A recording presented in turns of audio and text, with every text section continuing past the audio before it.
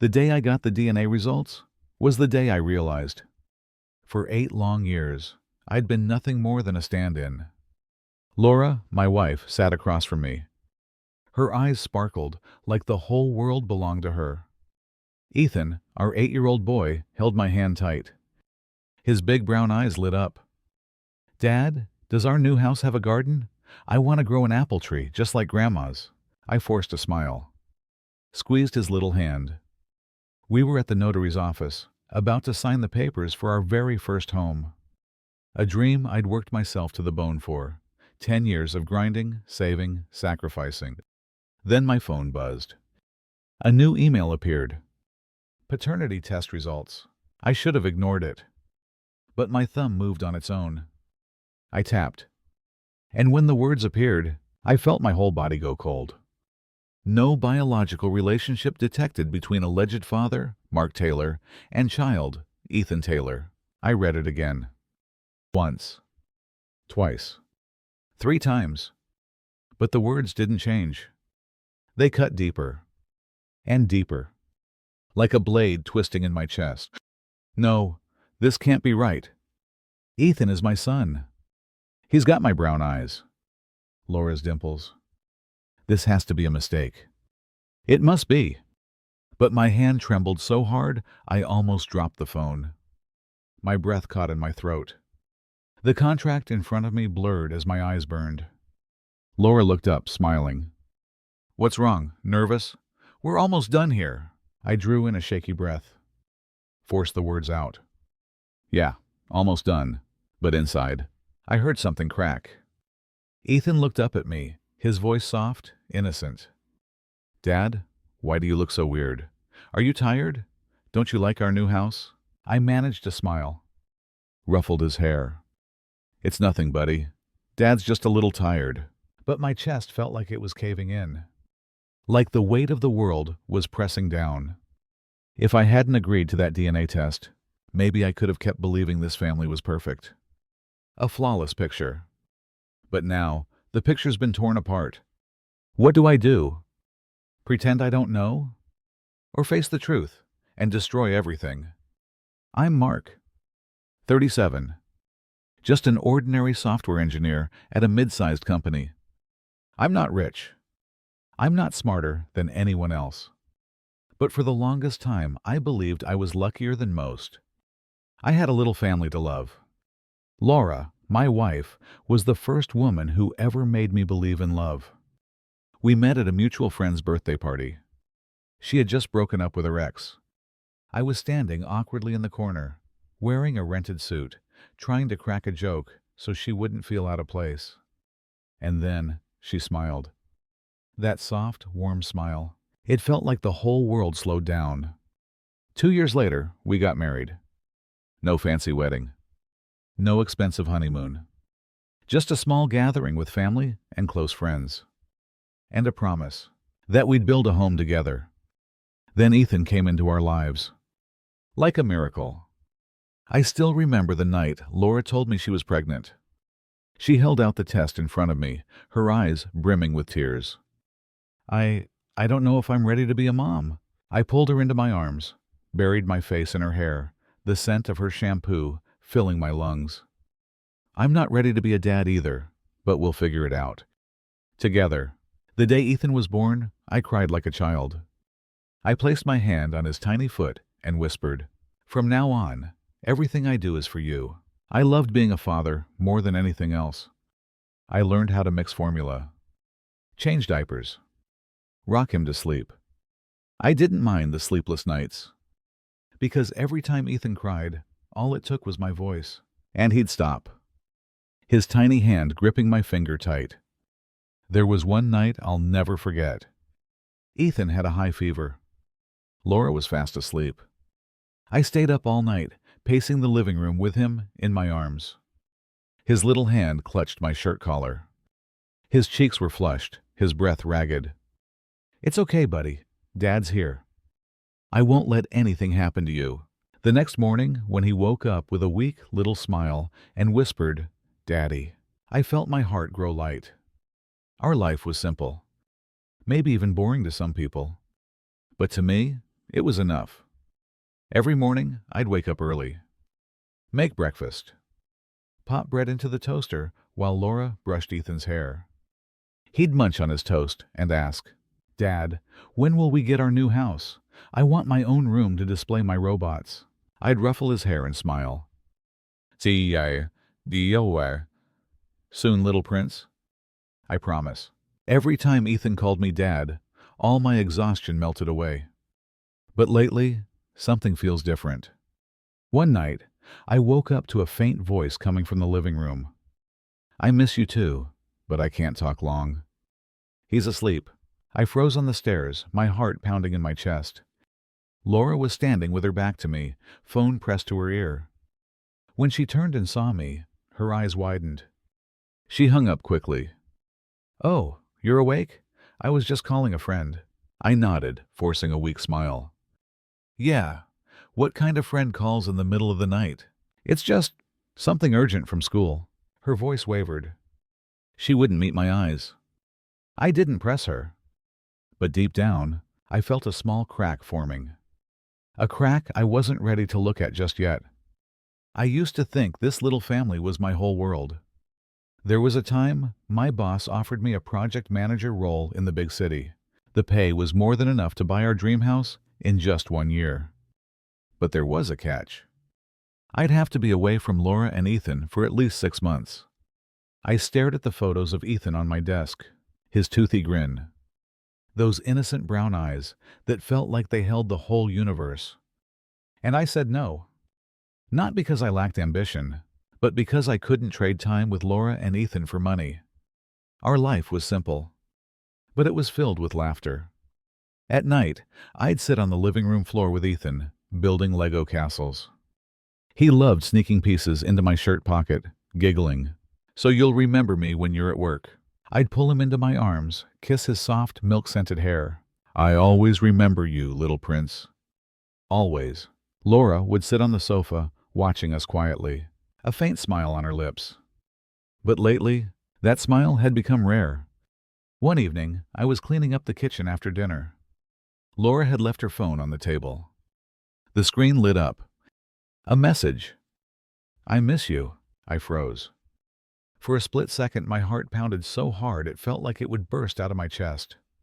I stepped closer, hand reaching for the phone, but Laura appeared at the top of the stairs. She snatched it up in an instant. "Just a coworker texting nonsense. Don't overthink it," she smiled. But the smile never reached her eyes. I forced a laugh. "I'm not. I trust you." But deep inside, a tiny crack formed, thin as a strand of hair, and cold enough to send a chill down my spine. Then it happened. It was a stormy night. The rain poured down in sheets as we rushed Ethan to the hospital. He lay on the hospital bed, lips dry, his tiny hand gripping mine like I was his only lifeline. "Don't go, Dad. I'm scared." His weak voice broke me. "I'm here, buddy." "I'm not going anywhere." I held his hand tighter, my heart aching with every beat. The doctor walked in, calm and steady. "We need to run a DNA test to rule out any hereditary risks." "Could you sign this consent form?" I froze. "DNA, why?" "It's standard procedure. Just to eliminate rare conditions." Laura grabbed my hand. Her eyes darted away from mine. "Sign it. Ethan needs the results as soon as possible." I looked at my son, his tiny fingers still wrapped around mine, as if letting go meant losing me forever. I signed. For Ethan. Because I loved him more than anything in this world. The next morning, Ethan was stable enough to come home. I drove us back. Ethan slept soundly in the back seat. Laura stared out the window, her eyes distant, like she wasn't really there. I tried to break the heavy silence. "We'll have a new house soon. Ethan will finally get his own room to display all his Lego worlds." Laura gave a faint smile.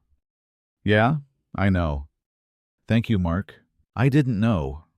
That signature would be the thing to shatter the family I'd spent my whole life building." 4 days after signing the DNA test papers, I tried to settle back into normal life. But deep down, something refused to quiet. Ethan was better now. He ran around the house, laughing, clutching the new robot I bought him. "Dad, I drew this for you." He came running, holding out a crumpled sheet of paper covered in scribbles. On it was a drawing, a man standing between a woman and a child, their hands linked. Above them, in shaky letters, it read, "My family." I smiled, pulling him into my arms. I kissed his soft hair, still carrying that faint milk scent. "Thank you, little prince. Dad loves you so much." But as my eyes lingered on that drawing, my chest tightened. My family? Was this really my family? Or was I just a stand-in? A role fate had cruelly cast me in? The next evening, Laura came home later than usual. "Go ahead and eat first, okay? I've got an urgent meeting with the PTA." Her voice wavered slightly when she saw me clearing the dishes. "Yeah, you work too hard." I forced a smile, but my eyes followed her every move. While Laura showered, I sat on the sofa, scrolling aimlessly through my phone. And then it hit me. That message from the other night. "I miss you." My stomach nodded. Should I check her phone? A small voice whispered in my head, "Nay." "No, Mark. She's your wife. You have to trust her." But another voice, darker, hissed back, "What if that trust is nothing but a sweet little trap?" The next day, I picked Ethan up from school. He sat in the back seat, legs swinging, smiling wide. "Dad, Mom said I'm a gift, from the man who gave her me." My hands clenched the steering wheel. My heart sank. "The man? What do you mean, buddy?" Ethan shook his head. "I don't remember." Mom said I don't need to know yet. I gritted my teeth, fighting the storm building inside me. That afternoon, while Laura was at work, I started tidying our bedroom. In the drawer of her vanity, I found a small box. Inside was an old photograph, Laura with a man I'd never seen before. She was leaning her head on his shoulder. They both smiled, radiant, as if no one else in the world existed. On the back, written in neat cursive, "For my one true love, D." My heart pounded. Sweat pooled in my palms as I held the photo. "D who? Daniel? Or someone else?" I shoved everything back into place when I heard Laura's car pull into the driveway. She walked in, face tired but still wearing that soft smile. "You've been home all day? You must be exhausted." "No, I'm fine." I forced my voice steady. That night, I lay awake. Ethan slept soundly between us, his tiny breaths as pure and steady as his little heart. I turned my head to Laura. She slept peacefully, her hair falling over half her face. I wanted to believe that this was all in my head. But the next morning, my phone buzzed. "Your DNA test results are ready. Please log in to view details." I opened the email. And in that moment, my life was never the same again. I held the phone, staring at the notification. "Your DNA test results are ready. Please log in to view details." My hands trembled. Cold sweat ran down my spine. Should I open it? A part of me whispered, "Don't do it, Mark. Leave things as they are. Ethan is your son. This family is yours." But another voice screamed, "You need to know the truth. You can't live in a lie for one more day." I typed in my password. The screen loaded. And then the words appeared. "No biological relationship detected between alleged father, Mark Taylor, and child, Ethan Taylor." It felt like someone had their hand around my heart, squeezing tight. I read it again. Once. Twice. 3 times. But the words didn't change. They stabbed into me like a cold, sharp knife. No, no way. This has to be a mistake. Ethan has my brown eyes, Laura's dimples. It must be wrong. I dropped my head onto the table, sucking in a deep breath. But the air felt thick, heavy, choking me. From the bedroom, Ethan's little voice called out, "Dad, what are you doing?" I wiped my tears and stepped into the room. "Just checking some work, buddy." "Go back to sleep." I forced a smile. But my chest twisted in pain as I looked into his innocent eyes. Ethan grinned, pulling me closer. "Lie down with me, Dad. You're my superhero." I held his tiny hand, my heart shattering. "I'm here, little prince. I'll always be here for you. But deep inside, one question kept echoing. Do I still have the right to call him my son? The next morning, Laura was making breakfast when her phone lit up on the table. Dee, are you okay? I miss you and our boy. I froze. My heart thudded so hard I could feel it in my throat. Laura walked into the kitchen. She snatched the phone up, her eyes flicking to me, just for a moment, and I saw fear there. It's just a coworker. Don't overthink it. She gave a weak smile. But it didn't reach her eyes. I nodded. But inside, every nerve felt like it was about to snap. That night, I sat alone in the living room. The warm light from the lamp cast shadows over my tired face. Laura was upstairs with Ethan. The house was silent. But in my head, a storm raged. For 8 years have I been living a lie? Ethan, the boy I love more than my own life, doesn't carry my blood. I opened Facebook. Typed in a name, Daniel. The man from the old photograph. His profile came up. A picture of him leaning against an expensive car. That smug smile. Hundreds of likes and comments beneath it. And one line in his bio, recently moved back to town. My chest grew heavy. My fingers clenched tight. I needed to know the truth, no matter how cruel it was. Tomorrow morning, I'll hire a private investigator. If Laura lied to me about Ethan, what else has she been hiding? I used to think the greatest pain was losing the one you love. But no. The greatest pain is hearing a child call you dad while knowing you're not. The next morning, I called a private investigator. I need you to find out everything about a man named Daniel and about Laura Taylor, my wife. My voice came out hoarse, every word scraping my throat as I forced it out. How soon do you need the results? The man on the other end asked. As soon as possible. This is about my family. 3 days later, I received a thick envelope. I opened it. Each page felt like a cold blade plunging into my chest. Daniel, the man from the photo, he was Laura's ex. They'd been together for 5 years before he disappeared from town, leaving her with a shattered heart. But the part that crushed me was the photo taken 9 years ago. At that time, Laura and I had only been dating for a few months. In the picture, Laura and Daniel were embracing by the beach. Their eyes glowed, like two people who had found a lost world only they belonged to. On the back, scribbled in black marker, "One last night before I go, D." My heart splintered. Last night, my phone buzzed. A text from the investigator. Daniel returned to the city 2 months ago. We've tracked him meeting Laura 3 times recently. Attached was a photo. Laura and Daniel sitting in a small cafe. Her gaze soft as she looked at him. His hand resting on her shoulder. I gripped my phone so hard my knuckles turned white. She's still seeing him? That night, Laura came home late. There was an emergency meeting at school about the final exams. I'm exhausted, she said softly, brushing past me into the kitchen. I nodded, keeping my voice even. Yeah, you worked too hard. But inside, every vein in my body felt like it was boiling.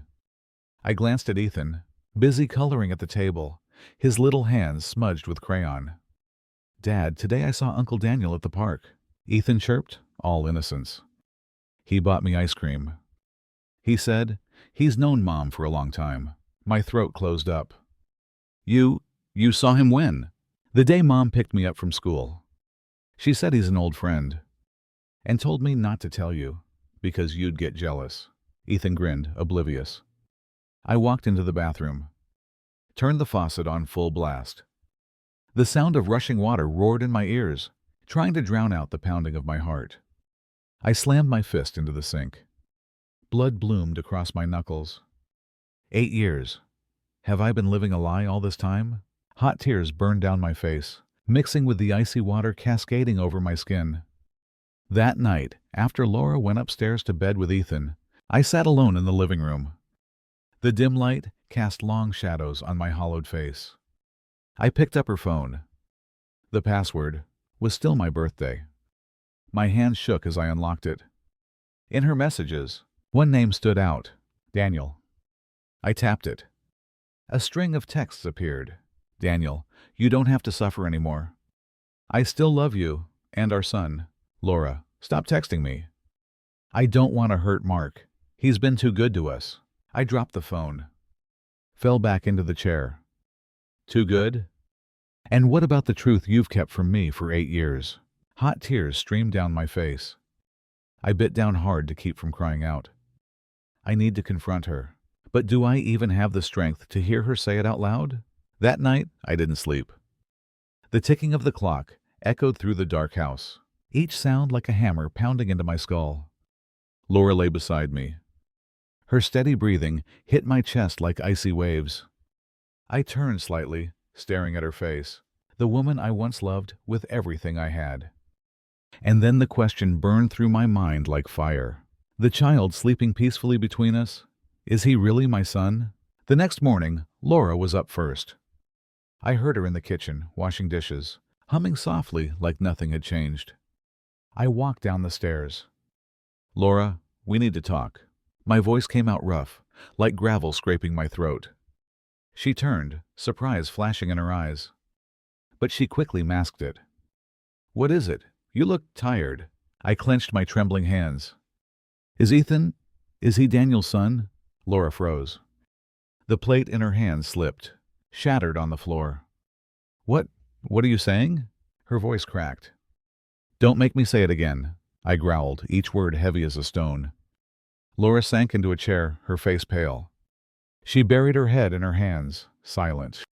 It's true, isn't it? Ethan isn't my son. Tears spilled from Laura's eyes as she sobbed. I'm sorry. I'm so sorry, Mark. I wanted to tell you, but I was scared of losing you. I stood there, numb from head to toe. You were too good to us. I couldn't bring myself to say it. I was terrified you'd look at Ethan and stop loving him. Her voice broke between sobs. So, for 8 years, you planned to keep lying to me? Laura dropped to her knees. Her shaking hands clutched at mine. Daniel made me promise to keep quiet. I tried to tell you so many times. But seeing how much you loved Ethan, I couldn't. I couldn't destroy you like that. Tiny footsteps came down the stairs. Ethan rubbed his sleepy eyes. Mom, Dad, what's wrong? Why is Mom crying? Laura wiped her tears and forced a smile. It's nothing, sweetheart. Mommy's just a little sad. I knelt down and pulled Ethan into my arms. He pressed his small face into my shoulder. Daddy, I love you the most in the whole world. My heart shattered into pieces. Do I even have the right to be his father anymore? Or have I just been playing the part all this time? Ethan clung tightly to my shirt, tears streaming down his cheeks. Daddy, please don't go. I'll be good. I won't ask for toys anymore. Just don't hate me. My chest tightened like a vice.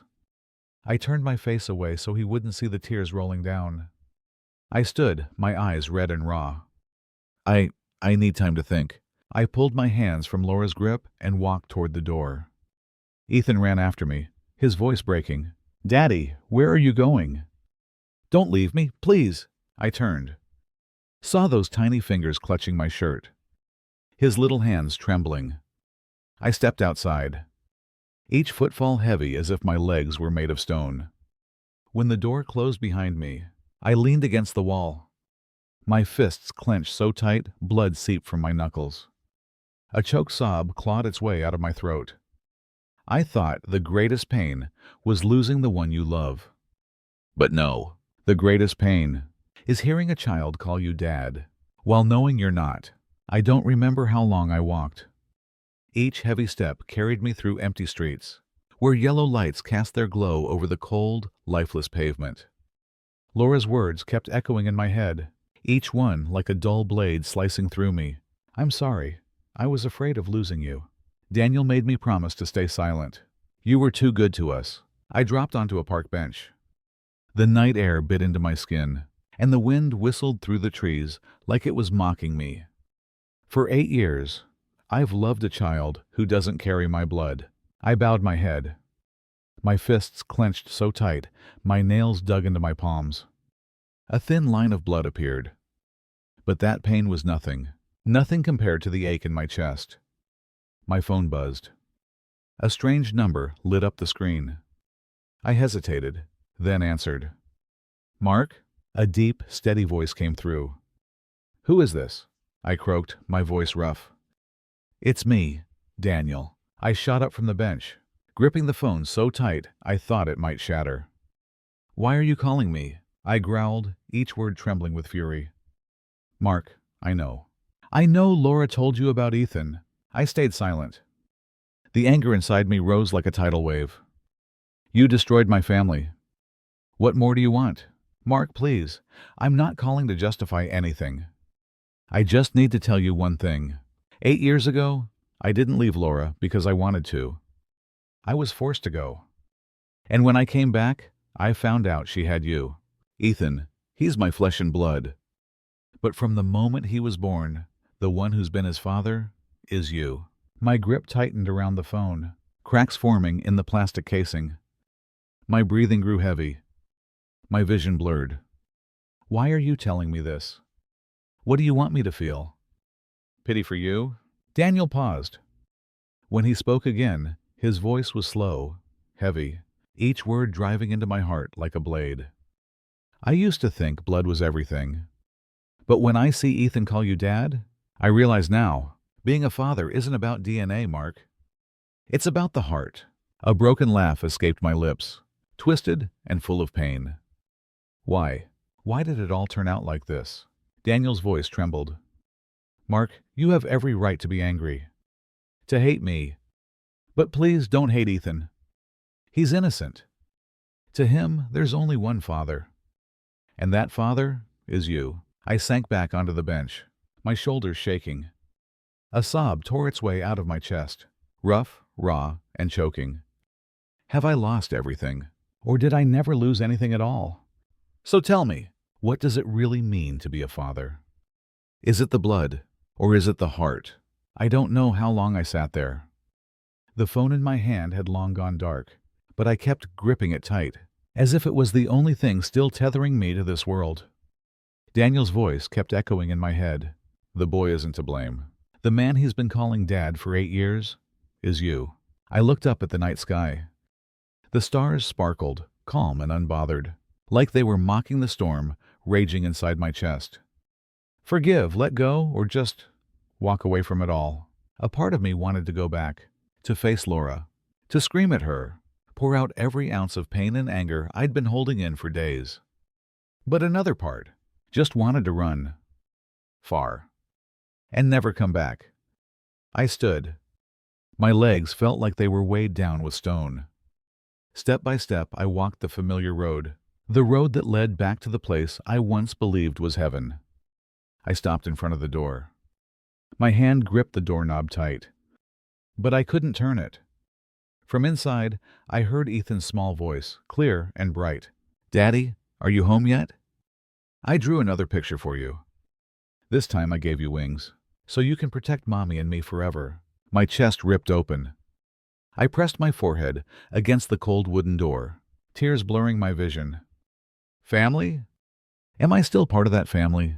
Tiny footsteps pattered across the living room floor. Ethan's voice came again, full of hope and innocence. Daddy, I promise I won't ask for toys anymore. I just want you to come home. I collapsed to my knees on the doorstep. My fists clenched so hard my knuckles split, blood dripping onto the concrete. A choked sob tore from my throat, rough, raw, and sharp against the icy wind swirling around the house. The boy, he's done nothing wrong. The wooden door in front of me felt heavier than it ever had. Behind it was Laura, the woman who betrayed me, and a child who doesn't share my blood. But for 8 years, he's called me Dad. Mark, the man who's been his father, isn't me. It's you. Daniel's words came back to me, not as an accusation, but as a quiet truth. I took a deep breath. My trembling hand hovered over the doorknob. Do I have the courage to walk in and forgive not just her, but myself too? I took a deep breath, my trembling hand still resting on the doorknob. From inside, Ethan's voice came again, small, fragile, but heavy as a stone pressing down on my chest. Daddy, I drew you with wings, so you can protect Mommy and me forever. I turned the knob. stepped inside. Laura looked up from the sofa, startled. Her eyes were swollen and red, her face pale. Ethan ran to me, his tiny arms wrapping tight around my legs, his little fingers gripping my shirt as if afraid I might vanish. "Daddy, don't go again." "I missed you so much." I knelt down, pulling him into my arms. That familiar milk-sweet scent of his hair washed over me, tearing apart the walls I'd been trying so hard to build these past few days. Laura stood frozen. Her lips moved, but no words came out. "Mark." I looked up. My eyes met hers. In that moment, I saw it all. The fear, the regret, and even the love still lingering in her gaze. "I have no excuses left. But please, don't walk away from Ethan." Her voice cracked, trembling with every word. I stayed silent for what felt like forever. "I don't know if I can ever trust you again." My voice came out hoarse, raw. Laura lowered her head. Tears streamed down her face. "I was selfish. I didn't keep the secret to deceive you. I kept it because I was terrified of losing the only man who loved my child like his own." Ethan looked up at me, his big, tear-filled eyes searching mine. He whispered, "Daddy, don't be mad at Mommy anymore. If you're sad, I'll draw you another pair of wings, so you can fly even higher, okay?" A broken laugh slipped from my lips. Twisted. Pained. I hugged him tighter. "Wings, huh?" "I don't need wings, little man, because you're the reason I've stayed standing. For 8 years." Laura collapsed to the floor, sobbing. Her hands clutched at my shirt. "I'm sorry. For 8 years, you've carried the weight of the sky on your shoulders. And I never even knew." I placed a hand gently on her shoulder. But my eyes stayed on Ethan, this small, trembling child in my arms, fragile as a baby bird. Can a man truly forgive when he hasn't even forgiven his own heart? I stood there, holding Ethan tightly in my arms. His tiny hands gripped my shirt, trembling, like he believed if he let go, I'd disappear forever. Laura knelt beside me, her shaking hand reaching for my arm. Her voice came out hoarse, raw. "Mark, I know I don't deserve it. If you want to leave, I won't stop you. But please, don't let Ethan lose the father he loves more than anything in this world." I stayed silent. Memories came flooding back, like an old film spinning too fast in my mind. I remembered the night Ethan burned with fever. I stayed awake, cradling him in my arms, singing softly though my voice was breaking. I remembered his first steps, how he stumbled and fell, crying out, and how I was the one who ran to him, arms wide open to catch him. I remembered those afternoons when he laughed endlessly, as I carried him on my shoulders, calling me his superhero dad. Back then, was it blood or the heart that kept me standing? My phone buzzed in my pocket. A text. From an unknown number. "Mark, thank you for coming back to them. This will be the last time I reach out. Ethan needs you, not me. Daniel." I stared at the words, my throat tightening. And he chose to walk away, because he understood. Being a father isn't about DNA. It's about love. I bent down, placing a soft kiss on Ethan's forehead. "Son, I once thought I didn't have the strength to stay. But now I know I don't need wings. Because you are where I belong." Laura looked at me, her red, tear-stained eyes flickering with a faint glimmer of hope. I tightened my grip on her hand, my voice low and steady. "I used to think forgiving you meant losing my pride. But now I see, if I don't forgive, the one who'll suffer most is this little boy." Laura broke down, her shoulders trembling. She clung to my hand tighter and whispered, "I promise. I'll spend the rest of my life proving to you that you weren't wrong to stay." I pulled them both into my arms. It felt like I had just stepped out of a storm, one that had torn everything apart, but left behind new ground, ready for seeds to grow. Some bonds aren't tied by blood, but by love. And those never break. I looked down at Ethan, sleeping peacefully in my arms, his soft hair falling gently across his forehead. To be a father, sometimes, isn't about giving a child life. It's about giving him your whole life, That night, I lay silently beside Ethan. He slept peacefully, his tiny hand still gripping my finger, as if he was afraid I might disappear. I watched his little face, each steady breath, the faint smile on his lips as he dreamed. And in that moment, I understood. Being a father was never a title tied to DNA. It's the sleepless nights when your child is sick. It's the tight embrace when they fall. It's the sound of their laughter as they sit on your shoulders. I thought back on every moment of the past 8 years. The innocent daddy calls. The way his tiny fingers squeezed my hand when he was scared. And I realized those small hands had been holding my heart all along. Some bonds aren't woven by blood, but by love. And those never break. I don't know what the future holds. Laura and I may spend a lifetime trying to mend the cracks between us. But I know one thing for sure. Ethan deserves a father who loves him unconditionally. Do you have the courage to let go of the anger, to save the love within yourself? Somewhere out there, another man might need to hear this story. Subscribe to join us as we explore more stories of loss, growth, and healing. And share this video with someone who's searching for a reason to believe in love again.